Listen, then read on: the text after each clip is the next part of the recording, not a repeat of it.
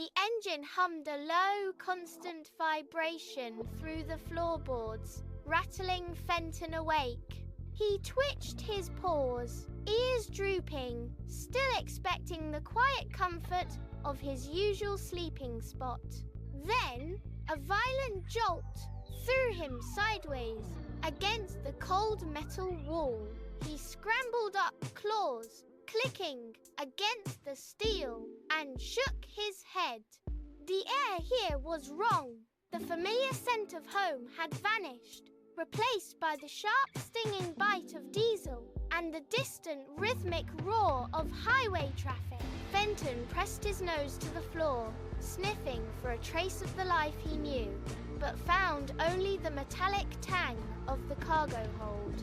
He moved to the rear, his muscles tense. With a firm nudge of his snout, he pushed against the heavy door. It groaned, yielding just enough to reveal a sliver of the outside world. He squeezed through the narrow gap, his heart hammering against his ribs. He leaped from the threshold, his paws hitting the hard, unforgiving pavement of London.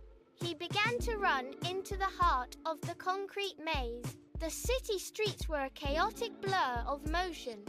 Fenton dodged legs and darted through alleys, his claws clicking sharply against the concrete. A group of fans in bright jerseys sprinted past him, their voices booming with excitement. One shouted, "Kickoff is in 10 minutes!" Fenton's eyes locked onto the ball tucked firmly under the man's arm. He took off his muscles, stretching as he accelerated, matching their pace. He followed the rising roar of the crowd until a massive towering structure loomed ahead. He squeezed through the narrow turnstiles, weaving between legs and ignoring the shouts of surprised spectators. He pushed forward until he reached the edge of the pitch.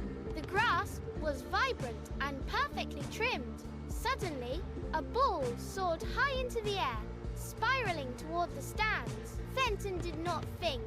He launched himself off the ground, his body arching in mid-air. His jaws snapped shut around the leather, his grip firm. He landed on the turf, the ball secure between his paws. The stadium erupted. Fenton stood tall, his tail wagging in a steady, rhythmic beat. The next morning, the heavy doors of the lorry groaned open to reveal the grey, weeping skies of Glasgow. Rain lashed against the ground with relentless force, turning the once pristine grass into a slick brown slide. Fenton hopped down, his paws immediately sinking into the saturated earth. He took a tentative step, his footing sliding out from under him. He did not retreat. Instead, he dropped his chest low and pushed off with his hind legs. He launched himself forward, sliding belly first. He carved a long, deep streak of brown through the green, his momentum carrying him across the centre circle. He came to a halt, shook his body vigorously. The fans in the stands roared with laughter, their voices cutting through the steady rhythm of the downpour. Fenton barked, his tail thumping against the wet ground. He darted toward the sideline, sliding again, turning the match into a spectacle of chaos. He ignored the cold rain, focused entirely on the movement of the ball. Every time he hit the mud, the crowd erupted. He was no longer just a spectator, he was the centre of the storm, sliding with absolute enthusiasm. The lorry pulled into Manchester under a heavy grey sky. The atmosphere here was different. The air felt thick, charged with a static pressure that made the hair on Fenton's back stand up. He trotted onto the pitch, but the usual roar was missing. Instead, a wall of silence hung over the stadium. The crowd was split. When a goal was scored, the stadium fractured. Half the stands erupted in a deafening shout, while the other half slumped into a cold, stony silence. Fenton stood dead centre on the grass, looking from one side to the other. He did not choose a side. He trotted toward the home fans, tail wagging, then pivoted and sprinted to the visitors. He began to run in tight, dizzying circles, kicking up small tufts of grass. The absurdity of the sight began to chip away at the hostility. The tension finally snapped.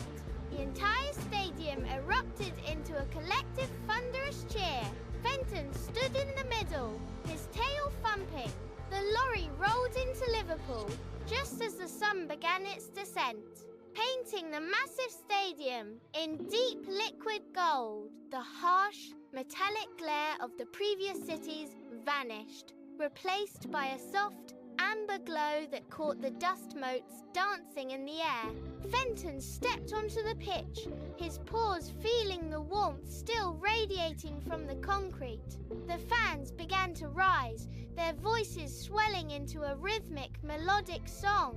Fenton sat on the sidelines, his ears twitching as he processed the harmony. He tilted his head, listening to the cadence of the chant. He opened his mouth and let out a soft, melodic howl, finding the note that resonated with the crowd. He adjusted his pitch, weaving his voice into the collective sound. The singing didn't stop, it embraced him. A fan in the front row reached down, fingers brushing against the soft fur behind his ears. Fenton leaned into the touch, his eyes closing as the vibration of the song traveled through his body. The world narrowed down to the warmth of the sun. He remained there, perfectly still, a small content figure anchored in the golden light, sharing a moment of pure, unhurried peace. The atmosphere in Birmingham hit like a physical blow. The air was thin, sharp, and moved with a frantic, restless energy that made Fenton's paws itch. The stadium was a blur of neon lights and rapid, overlapping shouts. He was pacing the sideline when he saw it, the ball bouncing lazily near the white chalk line. His instincts overrode his training. He bolted. His claws dug into the turf, sending up sprays of green as he accelerated. He reached the ball, nudged it with his wet nose, and sent it rolling toward the center of the pitch. A whistle shrieked, cutting through the roar of the crowd. Security guards erupted from the tunnel, their heavy boots thumping against the concrete in a rhythmic, aggressive pursuit. Fenton swerved his tail, a blur of motion, as he dodged a pair of reaching hands. He skidded to a halt near the corner flag, his chest heaving, his tongue lolling out in a wide, toothy grin. He looked up at the thousands of faces, all locked onto him. The guards slowed, panting, realizing they were chasing a dog who had no intention of stopping. Fenton stood tall, his ears perked, suddenly aware of the weight of the moment. The lorry rumbled into Edinburgh under a sky heavy with history. Stone towers loomed like ancient sentinels over the stadium, casting long, sharp shadows across the pitch. The air here felt different, cooler and still, carrying the scent of damp earth and old mortar. Fenton trotted away from the frantic energy of the field, his claws clicking softly against the stone steps as he climbed toward the stands. The roar of the crowd was a distant hum, muffled by the thick grey walls that surrounded the arena. He navigated the narrow aisles, weaving between rows, until he reached the front. A child sat there, her eyes wide as she watched the game unfold. She looked down, saw Fenton, and patted the empty seat beside her. He didn't hesitate. He hopped up the fabric of the seat, yielding under his weight. He turned, circled once, and settled down, resting his chin firmly on her knee. The girl's hand came to rest on his head, her fingers tracing the line of his ears. Fenton let out a long, slow breath, his eyes drifting shut. He remained there, perfectly still, anchored by the simple grounding weight of the child's touch. The final stop was Brighton, where the air tasted of salt and endless horizons. As the lorry doors opened, a sharp, cool breeze swept across the pitch, ruffling Fenton's fur and carrying the distant, rhythmic crash of waves against the shore. The stadium here felt open, exposed to the vastness of the sea, lacking the claustrophobic tension of the inland arenas. Fenton walked onto the grass, his paws sinking into the damp, soft earth. He did not bolt, he did not chase. He simply stood near the center circle, watching the gulls wheeling in the pale sky above the floodlights. The crowd was subdued, their cheers rolling like the tide, rather than the sharp, jagged roars. He sat down, his tail sweeping a gentle arc through the grass. The game unfolded in a slow, rhythmic dance. Then, the referee raised the whistle.